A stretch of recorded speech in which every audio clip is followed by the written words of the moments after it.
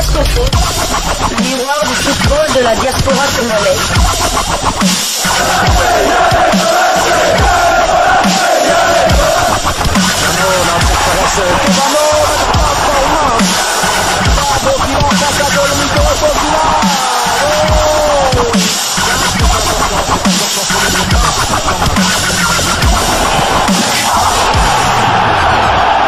Diascofoot, le miroir du football de la diaspora congolaise.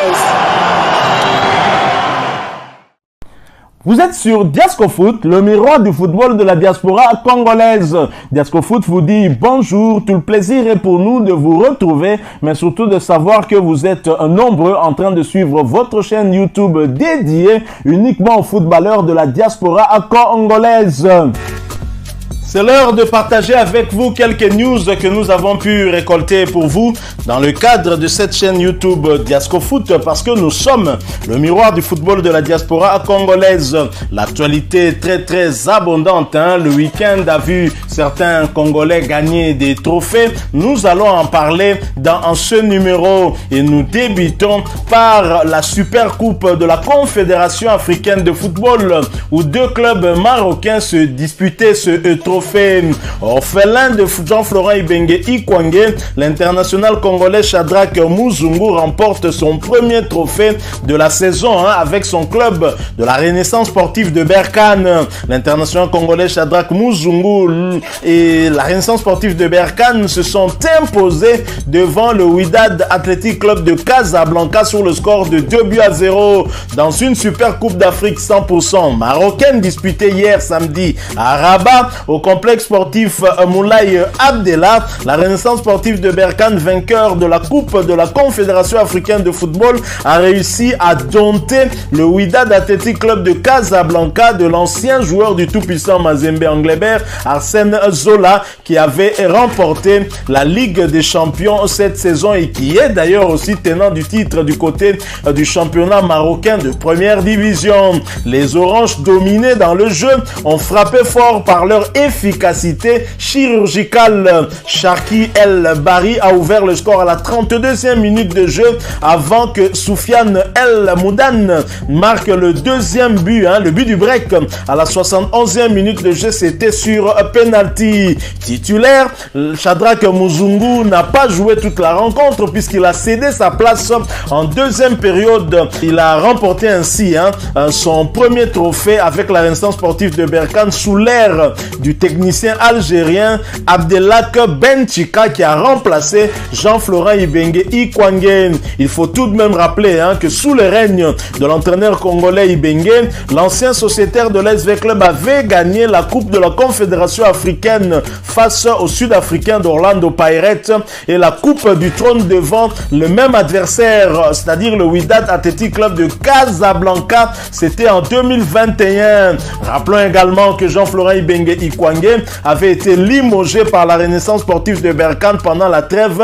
Il n'a pas chômé longtemps puisqu'il s'est engagé entre-temps avec Al Hilal Omdurman du Soudan pour une durée de 3 saisons. Du côté du Wydad Athletic Club de Casablanca, l'ancien joueur du tout-puissant Mazembe, Arsène Zola, était également présent. Malheureusement, il n'aura pas su en tout cas empêcher la débâcle de son équipe qui visiblement a du mal à jouer cette équipe orange du Maroc. Félicitations donc à Shadrack Muzungu qui débute bien sa saison en remportant en tout cas son tout premier trophée de cette saison. Et bien entendu, la Renaissance sportive de Berkane n'a pas manqué en tout cas de célébrer cette victoire en publiant un message sur Twitter, sur son compte Twitter bien évidemment. CAF Super Coupe Champions, we are Total Energy CAF Champions 2022. La Renaissance sportive de Berkane, bien sûr, heureuse d'avoir remporté ce trophée. Félicitations. Et la Renaissance sportive de Berkane remporte ainsi sa toute première Super Coupe d'Afrique de son histoire et rentre dans le circuit très fermé des vainqueurs de la Coupe de la CAF ayant accompli l'exploit de faire tomber ceux de la Champions League. Parce qu'en effet, ceux qui remportent la Champions League sont généralement non seulement favoris, mais en général, ce sont eux qui remportent aussi remporté cette super coupe.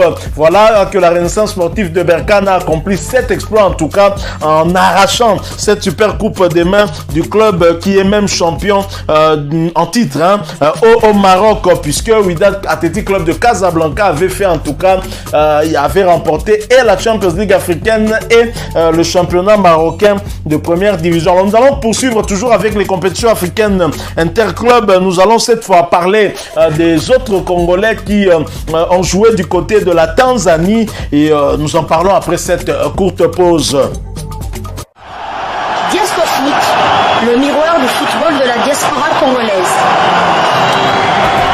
En Champions League africaine, sachez que Fiston Maele Kalala et Young Africans donnent une leçon à Zalan FC avec un triplé du Congolais. Young Africans et sa colonie congolaise se sont largement imposés sur le score de 4-0 devant la formation de Zalan FC du Sud-Soudan. Et cela en match comptant pour le premier tour aller de la Ligue africaine des champions, soit la Champions League africaine.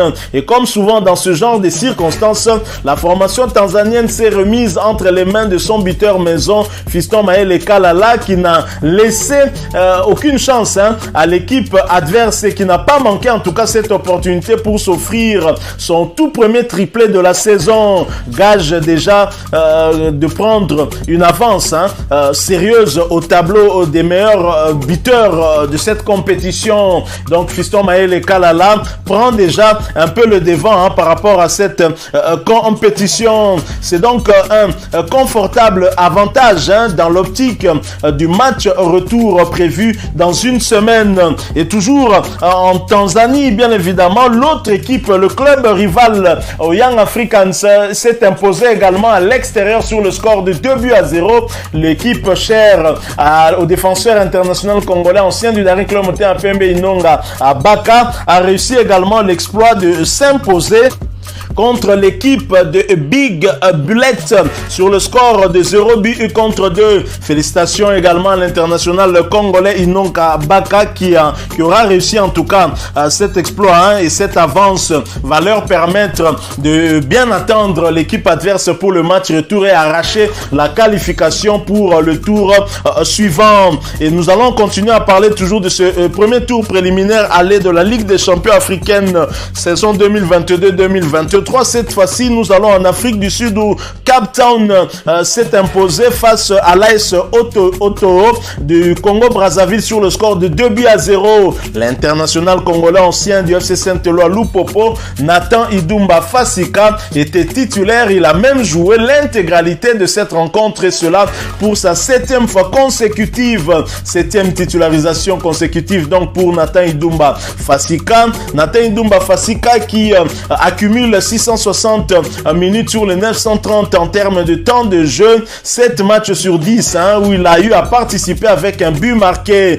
Prochain rendez-vous pour Cape Town, ce sera pour le compte du match retour à Brazzaville où Cape Town sera reçu par l'AS Otoo. Le match est prévu pour le dimanche 18 septembre sur le coup de 15h30 heure de Kinshasa. Bonne chance à Nathan Idumba Fasika et son équipe qui auront pris une avance, mais prudence parce que cette équipe a eu quand même à donner beaucoup de tournis à des grandes équipes la saison dernière. Il faudra donc beaucoup plus être prudent pour ne pas se faire surprendre. À noter également la victoire de 1er 2 agosto en Zambie sur le score de 0-1 contre 1. Le club de l'international congolais Bobo Ungenda s'est imposé en Zambie en prenant en tout cas une avance, une belle option pour chercher la qualification pour le tour suivant. Bonne chance à Bobo Ungenda et nous espérons en tout cas que la qualification sera arrachée. Voilà tout pour ce qui concerne les internationaux congolais qui ont joué en compétition africaine interclub. Maintenant, nous allons poursuivre ces quelques informations qu'on a pu récolter pour vous en allant en Afrique du Sud pour parler Première Ligue Soccer, championnat sud-africain de première division. Et c'est avec cette nouvelle que nous allons clôturer ce sujet. Le miroir du football de la diaspora congolaise. En Afrique du Sud, l'on jouait la 7e journée de la Première Ligue Soccer. Swallows recevait Stellenbosch FC. Victoire à l'extérieur de Stellenbosch sur le score d'1 but contre 2. L'international congolais ancien du Daring Club Motin Pembe William Likuta n'avait pas été titularisé du côté de Stellenbosch, mais il a quand même fait son entrée en jeu à la 68e minute de jeu. Son équipe, après cette victoire, occupe la 8e position au classement de la Première Ligue Soccer avec 2 victoires, 3 nuls et 2 défaites.